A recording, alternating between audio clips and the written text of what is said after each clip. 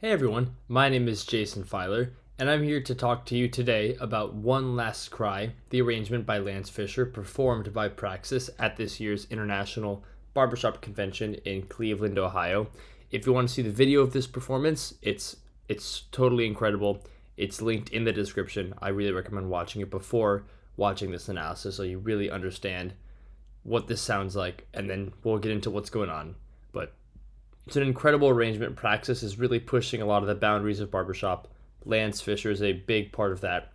He does the bulk of their arranging, and it's some really, really wonderful stuff. So this one's going to be a little bit different because instead of just going to the very end and talking about these specifics, I'm sort of going to be going around and talking about a few different techniques that Lance especially does in his arrangements that I think are really, really worth pointing out, that definitely are a little bit forward thinking in terms of barbershop, especially on the contest stage, but which I think can be used in even regular, more standard barbershop arrangements. So one thing right away, well, not right away, but over here, this is a very odd thing that happens, this moment right here. What's not odd about it is this big chord, which is held for some time with a little bit of a pause. That happens all the time in barbershop.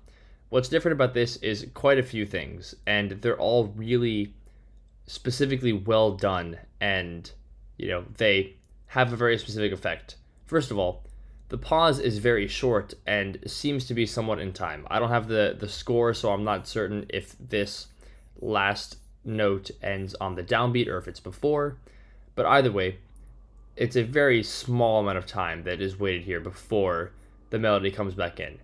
I think that's worth pointing out because usually it's like a, very, very long breath, this big pregnant pause that is waited before anyone comes back in. But I think it's intentionally done because we're very in time here, and if I count this, it feels in time. It might be a little bit on the, they're holding it for over a measure, so it fluctuates a little bit, which is why I don't know for sure if this is where it lands, but just the fact that it doesn't have a big pause and it goes right into it really keeps this forward momentum going for this whole phrase. The momentum definitely stays there. Something else that happens is that, well, for one, the lead is above the tenor, as happens a lot in this arrangement and various Praxis arrangements. But another big thing here is this chord. This is a C add 2 chord. The root is here in the tenor, which is the second highest voice. C, E, G, and the 9. C add 2, C add 9, they're the same thing, with the D on the top. And then, little flip here. D goes up to an E goes down to a D. This is not a common chord for one of these big, long chord held moments to happen with, because usually it's some sort of half diminished chord, dominant 7th chord, maybe even a minor 7 chord, but this add 9 sound is much less common. And going a little bit forward here, we have this kind of craziness happening here. A lot of this has to do with the fact that this melody jumps around a little bit. I mean, it's very, very high melody on the major 7 here of this C chord. And then we have this C6 going down to just a C major triad because the lead goes down from an A to a G. So they're both in unison there, lead and tenor, for a very, very brief moment. And that's not something that Lance and Praxis shies away from. They definitely will, arrange things so that the lead can do what he wants in terms of the fluttering, the runs, especially like in Back at 1, another arrangement of theirs. Lots of runs and stuff going on, and it's arranged so that those kinds of things can happen and then still fall within these chord structures that barbershop asks them to. So we have this C6 chord followed by C major triad with no different 4th voice because the lead and tenor are on the same note. So lots of cool stuff there. We'll move on past that. Another one here, this happens similarly. Well, this is another add 9 chord. They do like their add 9 chords. Another one right here. These are the same add 9, G add 9. Another one here. I wanted to point out this moment here where this happens very, very, very often in Praxis arrangements, especially when Francesco is singing a lead, because there's a lot of, these kinds of runs. I mean, this isn't much of a run, but a melisma of sorts with just two notes, but it's very intentionally done because usually in barbershop, what will happen is that a lot of the notes will, there'll be one word per chord, and one chord per word. Those two things tend to be on a 1-to-1 ratio. Maybe, if not, it's like one word and then a lot of different chords over a span of time. But this doesn't happen as often, where the melody is a word and then it's the same word on a new note. And it happens a lot where in Praxis what they'll do is that they'll switch them, which is what happens here. And it happens here to an extent, not as much though. But it's the idea that the lead is going from F sharp to an E, the baritone is going from a D to an F sharp, so they're flipping, baritone is going above the lead. But because of the timbre, it works out very well, and you can still tell what's going on. Lots of voice crossing here. The lead sits above the tenor for a good portion of time. This is another moment where what's cool about this is that all these notes fit with this chord, all of them, because at the beginning it is a B on an A major triad, which leads you to an A add 9 chord. Here with the A, it's just an A major triad. With the G, it's an A dominant 7th chord, and then those are all the same. So it's really cool because even though it's not purely homophonic, that would be if each of these were on a different word and every voice was also singing that word, but it still works with the chords. And when he holds on this one for a little longer, it rings the way the dominant 7th chord might, because it's the same word. So just something cool I like to point out, because it happens pretty often in their arrangements and it's really fun. This was definitely, I don't know if this is how it was originally written. I sort of had to grasp a little bit at straws to find a rhythm here. Definitely nowhere near exact, but it definitely got near the vibe of what we're looking for.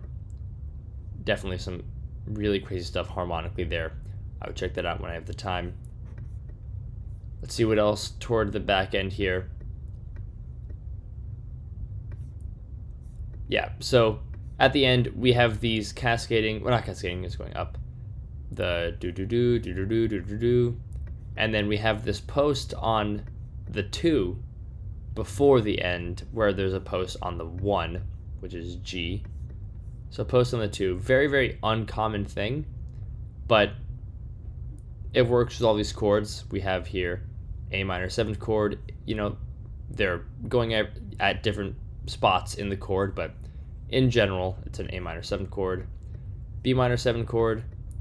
Here we have what appears to be some sort of C major 13th, or you can call it, and this is kind of the trick I try to use to justify some of these chords, because you normally will not see a chord like this in a regular barbershop arrangement. Maybe if it's a B flat, you might, as a dominant 13 chord, but I try to justify this as like just figuring out which inversion makes this a chord that is ever so slightly more often seen. And the best answer I came up with here was the idea that this is an A minor add 2 chord, or A minor add 9, being A, C, E is a triad with the B on the 2 added. That's how I think about it. It doesn't matter too much, because it does say in the barbershop rules of the contest that non-vocabulary chords, which are chords not one of the main few, I don't know all of them off the top of my head, but there's a sort of list of the main vocab chords, and then this would be an example of a chord that's outside of the vocabulary, and they're allowed to be used as long as they're tasteful, used sparingly. I forget what the exact wording is, but that's why they're not, disqualified for something like this. And then we here have an A dominant 7th chord, and this one is another one of those rather uncommon barbershop chords. This one I have a little bit of a harder time justifying, just because it's definitely a D sus chord, sus2 chord, or an A minor over D, or a C6, 9, no 5, or you see where I'm going. It's a lot of, it's not very clear what's going on there. The sound is clear. It's very clear that this is a, a sound that wants you to lead back to the G major. It's some sort of dominant function.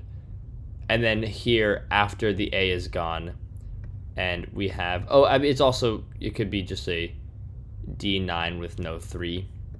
But then we get the 4 and then the 3 after. So we have this one can also be defined as a C major add 2 chord, with the 2 being in the bass. And then when you have the F sharp, we have our regular old D dominant 9 chord, where D is the root, C is the 7, E is the 9, F sharp is the 3. So that's where we've landed back into regular barbershop territory. And of course, we're not going to go right to the 1 here, are we? We're going to go to the 1 with an added 9th, and then a little bit of a flurry up there, and then holding on this G for a while. And now here's where we have the typical stuff like I talked about. I like to talk about where some cool chord things going on. This one is a little bit strange just because the melody comes in a little bit early here, so it's kind of a D chord-ish with an F sharp in the bass, and there's a G on the top, so I won't really worry about it too much. Here we have one of the C add 9 chords, very common Praxis thing. And then here, I'm not totally sure on the transcription aspect of it, because in the performance videos I found, I couldn't exactly tell what was going on, so I won't go too deep into it. But I will mention, going from here to the end, that this is obviously not something you expect to happen when you hear the arrangement. You expect, okay, we have a G on the top, we have this chord here, which is an F add 9 chord, another add 9. The bass is on the 3rd A, F is the root in the baritone, the tenor is below the lead on the C, which is the 5th, and then the lead is on the G, which is the 9th.